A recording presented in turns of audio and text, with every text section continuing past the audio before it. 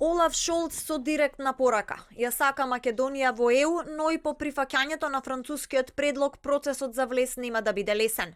Во отворено писмо, посветувајќи го, како што вели, на македонците и македонките, германскиот канцелар вели дека го разбира сомнежот и ја споделува фрустрацијата, но уверува дека заеднички ќе се совладуваат задачите кои предстојат затоа што тој и Германија се на македонска страна.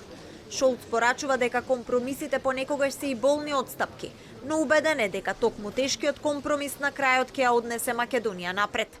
Сакам да бидам сосема искрен со вас. Дури и по прифаќањето на овој компромис, процесот за влез во Европската Унија нема да биде лесен. Ќе има и други пречки кои ќе треба да бидат надминати.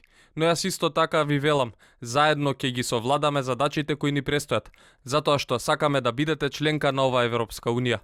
Ние ве сакаме вас, драги македонки и македонци. Зачленете се во една унија во која се чуваат и негуваат вашите и нашите културни особености, нашите различни јазици и нашите идентитети.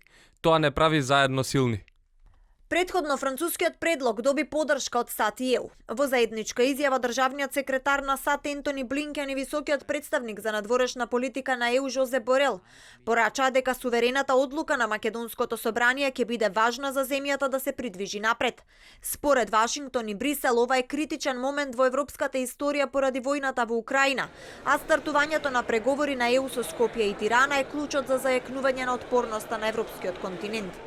И додека во Македонија се уште се дебатира за прифаќање или отфрлање на предлогот од Париз и се чека објавата на билатералниот протокол со Софија, од Албанија денеска нови пораки. Координаторот на пратеничката група на албанската владеачка социјалистичка партија, Тауланд Бала, изјави дека првата меѓувладина конференција на Албанија, а се надева и на Македонија со ЕУ, ќе се одржи следната недела на 19 или 20 јули, што според него е добра вест.